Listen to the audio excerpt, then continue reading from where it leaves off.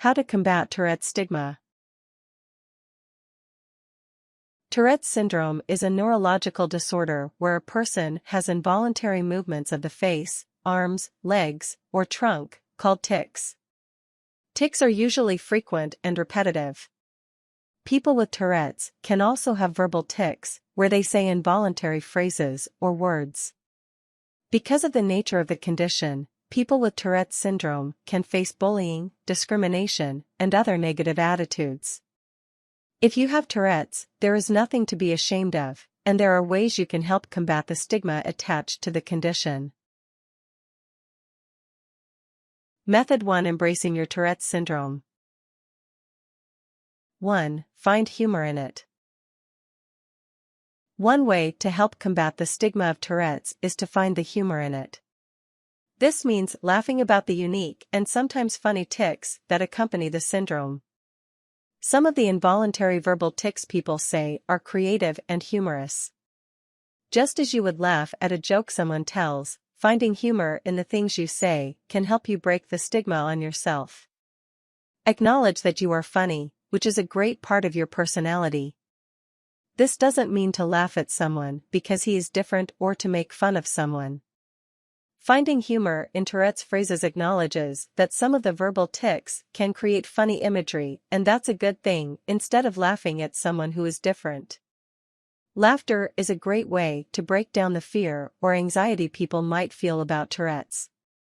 If a person is unfamiliar with how a person with Tourette's acts, she may find the tics, verbal outbursts, and uncontrollable motions scary.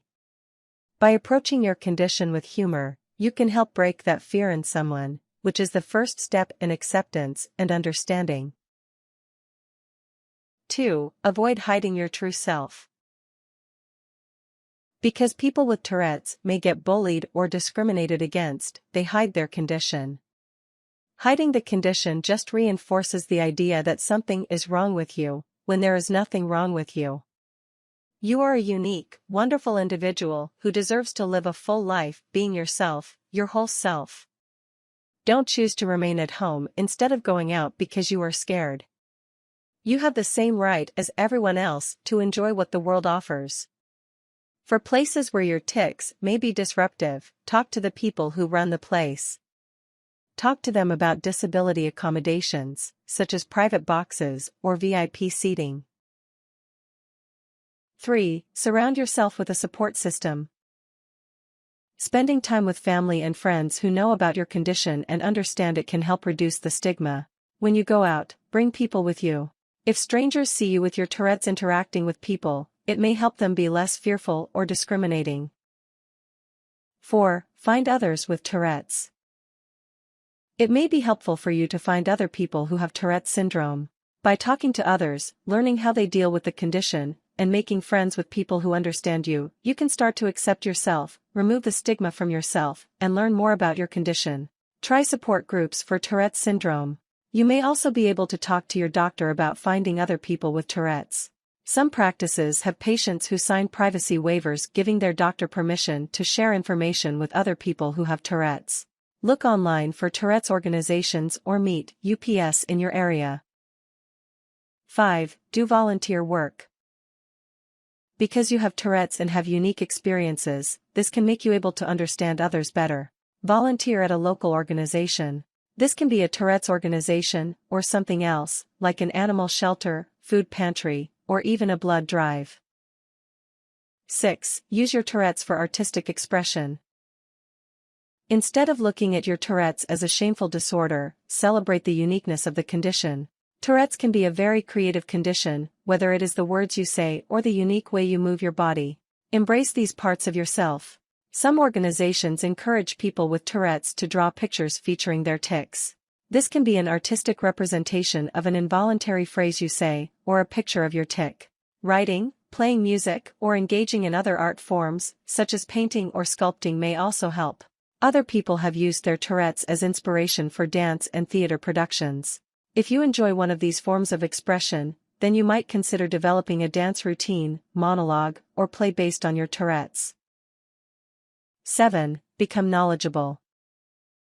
Another way to take control of your life and break the stigma of Tourette's is to research the condition.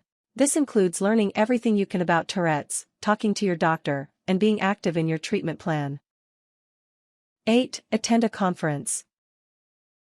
Many foundations have conferences for people with Tourette's or neurological conditions. Attending these conferences can help you learn more about your condition, along with meeting other people with the condition, learning how to embrace it, and learning how to live a more fulfilling life. Try searching organizations, such as the Tourette's Association of America and Fox Foundation. Method 2. Educating others about Tourette's syndrome. 1. Talk to people about your condition. One way you can help eliminate the stigma of Tourette's is to talk to people about your condition. Fear and stigmas often come from a lack of knowledge and awareness. Talk openly to people about your symptoms and what it's like living with Tourette's.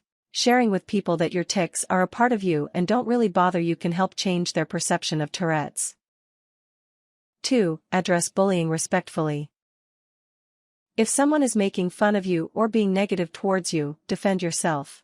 But make sure to do it respectfully. Use it as a teaching moment. Getting mad and being rude to the person will not change the person's mind about Tourette's and remove the stigma, which is your goal. Talk to the person about your condition by explaining what Tourette's is. Ask the person what bothers him about your tics or why he is scared of you. Use your judgment. Every situation of bullying or discrimination may not be safe or logistically possible to have a conversation. However, you can make small changes by talking to people at work, school, on the bus, or in line at the store. 3. Be proactive at school. Some young people don't want to let their teachers know they have Tourette's. However, being proactive and telling your teacher may help you in the long run. If a teacher knows you have Tourette's and you won't be still or randomly speak, she will be educated enough not to punish you. Providing information to your teacher can help you and her have a better relationship. Plus, you will be educating someone about Tourette's, which is one step closer to breaking down the stigma. Talk to your class. Or if you are uncomfortable with this, ask your teacher to have a guest speaker come into the class to talk to the class and educate them about Tourette's syndrome. 4. Share your experience via social media. One valid way of embracing your Tourette's is to share your life with the world. This can easily be done via social media. You can use Twitter, Instagram, Vine, YouTube, and Snapchat. By showing your everyday life to the world, you help provide awareness and knowledge to the general public. You also help fight stigma by showing everyone that your life is just like theirs. Sharing your experience via social media can help you find others going through similar things. You might even be able to inspire others with Tourette's to embrace themselves and celebrate their lives. 5. Become a spokesperson. You can use your condition to make a difference in the world by being a spokesperson. Get involved in Tourette's organizations, give talks in your community spreading awareness of the condition, or find another unique way to help remove the stigma. Be proactive in your community or online. Make it your goal to make Tourette's a condition people understand and know about in your community. For example, people have started non-profits to raise awareness for Tourette's, posted videos to YouTube, or spoken at schools in their communities. Method 3. Managing your Tourette's syndrome. 1. Reduce negative thoughts. If you have faced negativity and bullying due to Tourette's, it can be really hard to stay positive. You may not feel like you have anything to celebrate. You may even have placed the stigma on yourself. If you are unable to stop thinking negatively about yourself, go see a counselor or therapist. A counselor may be able to help teach you how to change your thinking so you can be more positive about yourself and live a more fulfilling life. 2. Use positive self-talk. Sometimes, it helps to think positively to help remove your own self-stigmas.